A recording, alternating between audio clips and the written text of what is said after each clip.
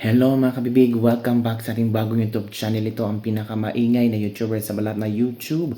Ako si Kabibig, maglabak-labak na ta with evidence. Ako po, ano na naman tong bagong drama ni Sandro Marcos? 'Di ba? Itong mga, ay ewan ko para, ano ba to? Para pag-usapan lang, para magmalinis sila. Para sabihin na kawawa si BBM, para sabihin na mga demonyo ang mga Duterte, para sabihin na gustong kontrolin ni Pangulong Duterte si Bongbong Marcos kung, well, nanalo siya. Kasi that time daw, humihingi daw ng tawag dito, ng tulong si BBM sa Malacanang. Parang ano daw, iba daw ang ano ni Pangulong Duterte, mga kabibig. Parang iba ang tiempo din ni Sandro Marcos at BBM. Sabi pa ni BBM na para lang chinugi si BBM ni PRRD that time. Ano ba talaga ang chika, oy? Ang tanong, maniniwala pa ba ang taong bayan? Parang itong estilo ba nila ay nagmamakaawa na sila, nagpapaawa effect. Bakit ngayon lang niya ito sinabi? Dapat noon pa, nung kasagsagan, nang medyo magulo ang unit team. Bakit ngayon, parang nagmamakaawa?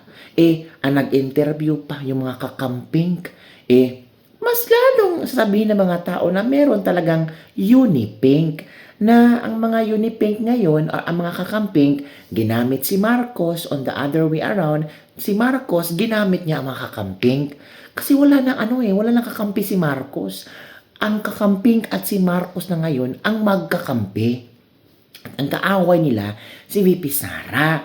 Hawak ng mga kakamping at Marcos ang administrasyon ngayon. So, para mas lalong mahikayat at ang tawag dito, masira ang mga Duterte, makakuha sila ng mataas na trust rating para sabing, kawawa pala si BBM, no? Kinawawa pala siya ni PRRD, tinakot pala siya ni PRRD, o gusto pala siyang tsugiin ni PRRD, ngayon na nagsalita si Sandro. Sandro, huli na ang lahat kasi malapit nang matapos ang termino ng tatay mo. At yung statement mo, hindi yan makapagbabago sa kung ano man ang pananaw ng maraming tao sa tatay mo. In fact, pinadala ng tatay mo si PRRD sa ICC. 'Di ba? At 'yon ang hindi makakalimutan ng maraming Pilipino. And do you think ito mga pinapalabas mo na issue ngayon ay matatabunan ang flood control project? Matatabunan ang baha sa Luzon? Para yata nagkamali ka, Sandro. Parang ito, Sandro, kung wala kang ebidensya, chismis lang to. Kung wala kang pictures, voice recording, or voice record, or video na ito yung sinabi, ganyan, chismis lang to. Intriga to the max lang talaga to. And do you think, alam naman natin, si PRRD ayaw talaga kay BBM. 'Di ba? At pag-aaksayahan talaga ng panahon ni PRRD si BBM. And you think PRRD will do that to BBM? Noon pa sana. Nung sabi ni Aimin, nasa listahan. 'Di ba? Eto, napanood nyo ba si Sandro Marcos sa chika-chika nila Yama, si mga kakamping? Ay nako. Ewan ko kung ano ang yung reaction, pero ako, feeling ko lang gustong i-save ni Sandro Marcos ang kanyang tatay.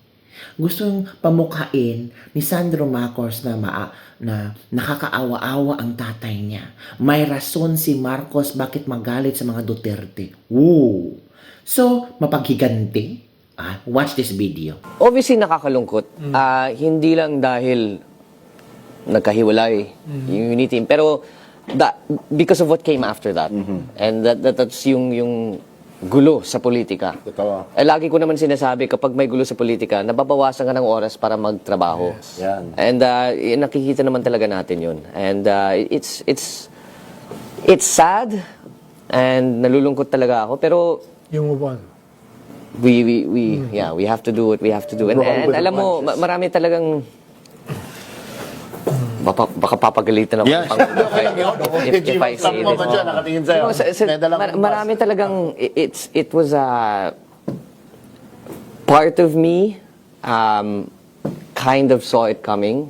Actually. Hindi dahil sa isang tao, kundi sa daming mga iba't ibang partido sa paligid na sa dami nilang it was a power struggle. Yes. And I will never forget, and this is the first time kwento ko to. Wow. And I don't know if the president's gonna get mad at me for saying this. So, andito na tayo. Andito na tayo. Mr. President. Nung nangangampanya ng aking tatay, tapos hinihingi niya ang suporta ng Malacanang, tinawagan kami. Pinapunta kami sa Malacanang. Pinahintay kami dyan. Mga 2 oras kami nakahintay. Nakatambay lang dun. And then, nakaharap kami. I'm never gonna forget. Nandun kami sa Presidential Guest House, pinasok. And at the time, there was still no official endorsement from Malacanang. And Bumabanat pa nga yung presidente, no? exactly. And so we were supposed to meet the president at the time. But instead, hinarap kami sa 3 tao. Hindi ko na lang babanggitin kung sino. But we were put in front of 3 people, and they essentially, asked, ano plano mo, ano magagawa mo para sa amin, etc., etc. And then there was one person who's a sitting official now, hindi ko na lang sasabihin, but that's a clue. He's a sitting official now. Sinabi niya kay Pangulo na, sige, suportahan ka namin on the condition that kami yung mamimili ng ES, kami yung mamimili ng Speaker, kami mamimili ng Senate President, kami mamimili ng Secretary, basta marami silang hiningi. Marami silang hiningi. I can imagine them saying that. And then when we left the palace, tumingin tatay ko sa akin. Alam mo, kulang na lang papatayin na nila ako.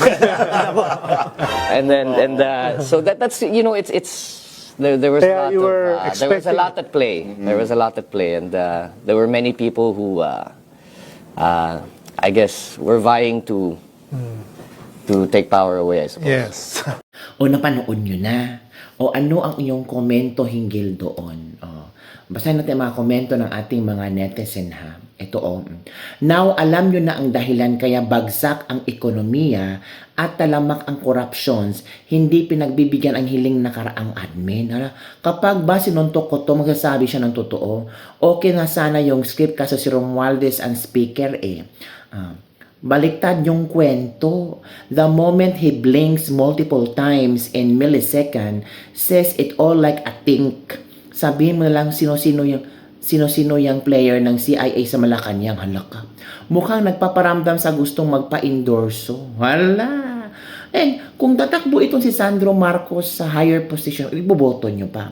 Salamat at sinabi mo yan. Ngayon mas malinaw kung bakit nga ganun ang kondisyon. Papapagalitan ka talaga ng tatay mo. Halaka. Kwento mo yan At syempre, di kayo papayag. Paano naman kayo makapagnakaw kung papayag kayo, di ba? Which is my point si Ronald Alan Tornillo Rigacho. Kasi kung yun ang kondisyon ni PRRD na, sige, suportahan kita, pero ako ang makukontrol, ako ang magsasabi kung sinong House of Speaker, sinong ganito. Kasi ang gusto ni PRRD, ipagpatuloy ni Marcos ang kanyang nagawa. Ngayon, may ipinagpatuloy ba ni Marcos? Tingnan nyo. Sa panahon ni Marcos, ang daming corruption nangyari. Flood control project anomalies, yun ang legasya ni Marcos. Kung sinunod ito ni BBM, yung gusto ni PRRD, ay posibleng hindi ganito ang mangyayari. Kwentong tumbling daw. Uutal-utal si Sandro, meaning may something. Paniwang-paniwala naman si Llama sa kwento mo. Ay naku, kakamping yan. Tingnan mo nga, noon sinusuka nila Sandro Marcos. Mga kamping, ayaw sa mga Marcos. Pero ngayon, kinakain, minamahal. Nilunok-lunok, di ba? Parang kwentong pagong to. Pwedeng kwentong pagong, pwedeng chismis kasi walang ebidensya, di ba? Walang talagang ebidensya kung totoo. Ang sinabi ni Sandro siya at ang kanyang tatay, sana may iba pang tao ang makakapapatunay. Senator Amy Marcos, sabihin mo nga ang totoo. Ito sabi pa ni Wasit Isme, lack of sleep. Panaginip na yan, Sandro, magising ka na. Ipatawag yan, wag puro kwento. Negative langgani ang trust rating ng tatay mo, dinaan mo pa ng drama, o tinay makabibig, o pinag-uusapan na naman ang trust rating. Sabi ko sa inyo, hindi na talaga madadala ang mga tao sa kadramahan, sa ek-ikan, sa kaipalan, sa paawa effect. Kasi, yung mga taong binahaan, madadala ba sa kwento ni Sandro? Hindi, oy. Tama na. Ayaw na namin. Maghintay ka talaga sa 2028, boy, Charisse. Uunahin yung nasasakupan mo, sabi ni Henry Labartini. Mga buwaya, istoryahe, anak Sandro Marcos, bakakon ka. Panos naman kaayo ang imong gisulti, Sandro.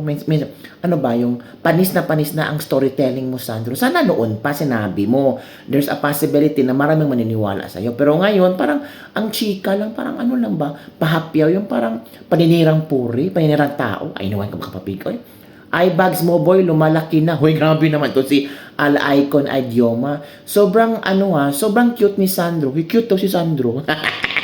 Noong unit team, madaming cute na cute kay Sandro, 'di ba? Pero ngayon, ewan ko kung cute pa ba si Sandro. So, yun lang, kabibig ang ating Libag-Libag for today. Don't forget to like, subscribe, and share this video. Grabe, no? Kakamping interview Sandro wherein nung panahon ng election, Kakamping hate Sandro so much. Pero ngayon, they love Sandro. Bakit nga ba love nila si Sandro? Ano ba? Sabihin nyo na ba? Sabihin nyo na, maraming kakamping na love nila si Marcos. Uy, bakit? Maleta. Ay, hindi natin alam. Basta love nila si Marcos. Love nila si Sandro. Love nila si F. Eliza Marcos. Pero noong kasasagan ng election, they don't like the Marcoses. They keep on calling magnanakaw. Ano pa ba? Ano tawag dito? Ama ng martial law, diktador. Di ba? Ang daming tinawag nila kay BBM that time. Pero ngayon, parang santo si BBM. Parang anghel si F. Eliza Marcos. At parang itong si Sandro, parang prinsipe. Na mahal nila at ayaw nila na magalit si Sandro. Kasi, alam niyo na. Bye everyone. See you next time.